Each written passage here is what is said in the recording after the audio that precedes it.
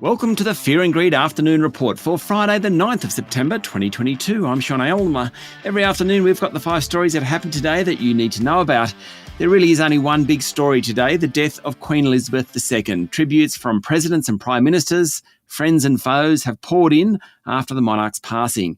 The 96-year-old, who was announced dead early morning Australian time, reigned for 70 years. US President Joe Biden, Donald Trump and Barack Obama, Russian President Vladimir Putin, China's Xi Jinping, the leaders of France, Germany and other European nations, as well as the United Nations, were common in their praise of the Queen's solid, respectful presence. Sporting events around the world held a moment's silence. In Australia, flags on public buildings were flown at half-mast, and former Prime Ministers from John Howard to Paul Keating were very positive in their praise.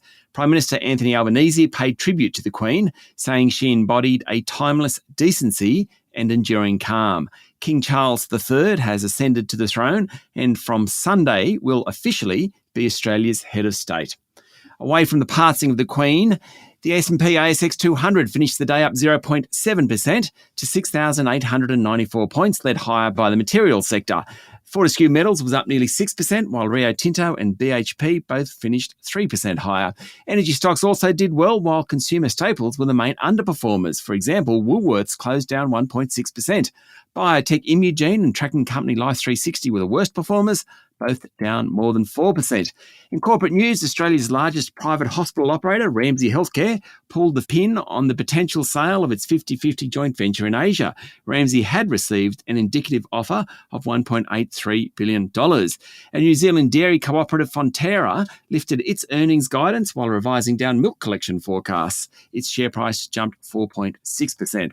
The third story this afternoon, lithium stock Mineral Resources finished up 13% today and is up around 65% in a little over a month.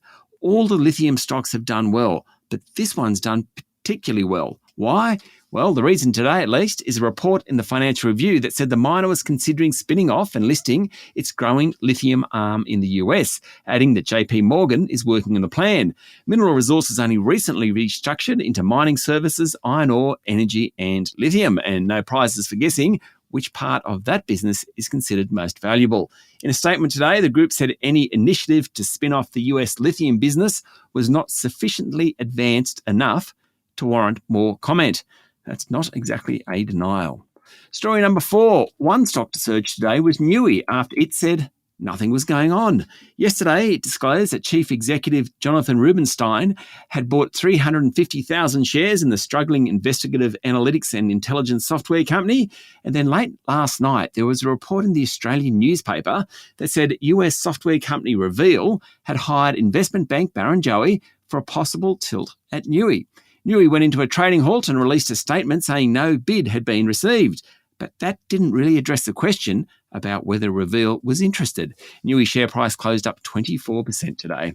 And finally, story number 5, the Reserve Bank of Australia is starting to look a little bit slack on interest rates, believe it or not. Last night, the European Central Bank delivered a 75 basis point increase in rates. It was the biggest hike since the euro was formed in 1999, albeit the ECB has been very slow off the mark. It's only lifted the main refinancing rate 1.25 percentage points in total, compared to much more in the US, Australia and New Zealand. Where Australia is starting to look a little tardy is in the commentary. This week, Reserve Bank Governor Philip Lowe hinted that the central bank might pause and see what happens. Not the ECB or the US Federal Reserve for that matter. They're both warning of more rate hikes in coming months. That's it for the afternoon report for Friday the 9th of September 2022. Adam Lang and I will be back tomorrow morning for the weekend edition of Fear and Greed. I'm Sean Aylmer. Enjoy your evening.